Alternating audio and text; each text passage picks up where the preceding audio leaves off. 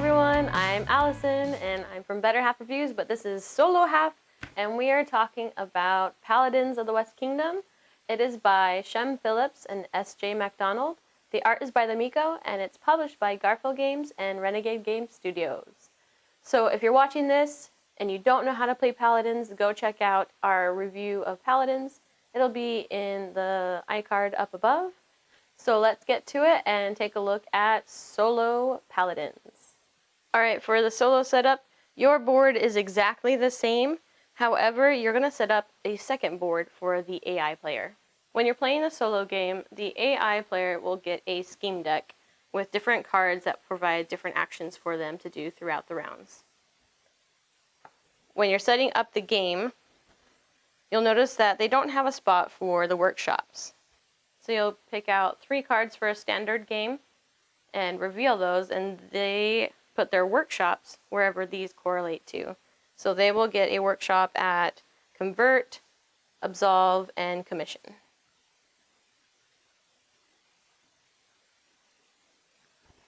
Now you take the rest of the King's Order cards, shuffle them up, pick 3 to put on the main board of the game. And on top of each of these King's Order cards, you will put 3 more of the AI's workshops. So as you play through the game, the first round you reveal the card, they put their workshop where it matches, so that's an Absolve card. So now they only need 1 worker in order to absolve. And if you notice on the favorite cards, they also have a special card, and that's part of the scheme deck, and it will get shuffled into the deck as you go throughout the game. The AI player treats all colors of workers the exact same, so I just pick out 1 color for them to be, and I pick blue. And they always get 3 workers plus whatever the number of the round is. So this is the first round, they get 1 plus 3, so they'll have 4 workers to deal with. You flip over your card, and it says Absolve, so they will do the Absolve action if it is available, which it is. They place 1 worker there. They don't have anywhere to place it. They flip it over and gain the rewards. So in this case, it would be +1 on Faith, and they would be able to get rid of a Conspiracy card if they had it, and so on. And then their turn is done, and you would get to go. Alright, so let's say he drew the attack card. So if he is attacking, he has to put the 3 people out, and he will attack according to wherever this player marker is. It correlates with the 5 cards for the townsfolk and the 5 outsiders. So he's on the leftmost space. He would attack this spot if it's available. And he's just like you, so he would gain these rewards. He would go up in influence, get rid of a conspirator card, and gain a meeple. If this card was not available, they would move on to the next available spot. And they don't actually gain provisions in the game or silver, so whenever that would happen, you move this marker up 1. So this has a few different purposes. If they gain enough provisions or silver to move it up all the way past it, whenever they're going around to restart, you're going to move up whichever of their attributes is the lowest. Alright, so let's say it's their turn again and they drew Fortify. They need to put 3 workers out, but they only have 1 worker left, so they cannot do that action. What they will do instead is look at this area of the board, and they put their player marker at the first available space. So we don't have anything on here, so they would do a recruit action. So you match it up with wherever this player marker is. It's on the leftmost space. So they will recruit this card, gain the rewards, and discard it. If they ever draw the prey card, what you will do is follow these steps. You will remove all workers from the right side of the board, and then you're going to shuffle all of your cards.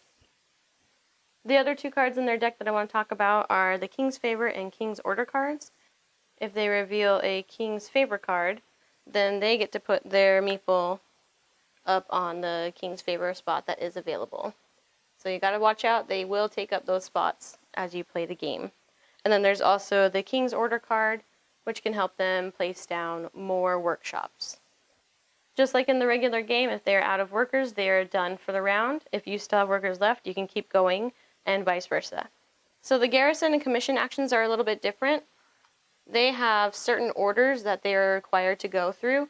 So if they are in the spot to be placing a monk on the main board, they try to go in this order for spots. So wherever they are placing, say they're going here, they would go to the higher section for free first. If that's not available, then they'll flip over, or they'll go to the flip over adept, and so on. Same with the garrisons. They try to go for this spot first and then go down the line until they're able to place it. And then these actions up here are the general ones. Again, if you put one here on trade, they gain a silver, which makes this move over. If they go here to conspire, they do gain a suspicion card and then 2 extra workers. And here they rest, they get 1 provision per worker. So again, if they earn provisions, they would move this marker up. They do have the ability to affect the tax stand, so anytime that they would gain tax, they do take the money out of the tax stand. So you play through all 7 rounds, and at the end of the game, you count up both each other's scores, and hopefully you've won against the AI. Alright, so now that you have a gist of how the game goes, let's talk about what it's like to play it. So some of the pros, this one's definitely like very thinky, and it can get you really deep into trying to solve the puzzle and like what's the best strategy, what's good to go for. I highly enjoy it. It's very good workout for your brain. But the downside of it is it's very thinky and it works your brain out. So when I'm playing this, I get some serious AP, analysis paralysis. And sometimes I'm sitting there just like thinking for such a long time. I'm like, okay, wait, this is coming up. I need to try to figure out how I can do this with these number of workers. And since I'm playing by myself, I can take all the time in the world that I want. And sometimes I'll like undo a turn and redo it because I'm like, wait, no, that wasn't the good thing to do. I need to do something that's better. So I guess maybe one of the cons would be this game can take a very long time. And when you're playing with the AI, there's a lot of upkeep for them. They have their own board, so you have your board right next to theirs, and they have all the little bits and pieces just like you do. So it's a lot to keep track of with your board and their board. It's nice that you have the deck where it keeps it simple, what their turns are, but you have to remember, okay, if that spot is not available, they're going to go do this. Or if they don't have enough workers to place it, they're going to do this. And when they're going to take a card, they're going to go from this section and go here. So it just takes time and practice. If you're not familiar with the rules of Paladins, it can feel a little bit overwhelming. So for me, if it's been too long between plays, I have to like sit there and read through the rule book because there's lots of little pieces that you want to make sure you get right so you get the proper experience of Paladin solo. And again, if you're playing solo, you're the one doing all the setup and the takedown. This one is a lot of setup and a lot of takedown. So if you have the chance to leave the game up between plays, that's awesome and it saves a lot of time. If you don't, well, just be prepared for a lot of setup and takedown. So one of my gaming experiences where like you kind of get used to how the AI player is, and I'm like keeping track, okay, they're almost out of workers, this is good, so I can have more time to like do more stuff, and they're running out of options. And then something happens, and then they're able to gain like 3 workers, and then they just keep going, and then they gain some more workers, and I'm like, no, they're getting so many workers. So I've had cases where I'm out of workers, and they have like 6 workers left to deal with, and I'm like, shoot, I'm gonna be so behind. So it gets a little bit crazy where you don't always know what's gonna happen, and it could be turned around very quickly. So watch out for how many workers they have, because when you think they're almost done with their turn, they just might not be.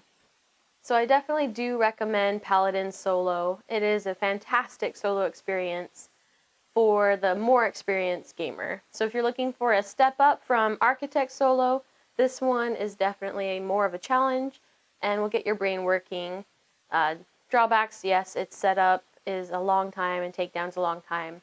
And just be prepared for a more involved AI. There's a lot of upkeep for it, but it's definitely worth the effort. So give Paladins Solo a try, and I'm Allison. This is Solo Half Reviews, and we'll see you on the next one. Happy gaming!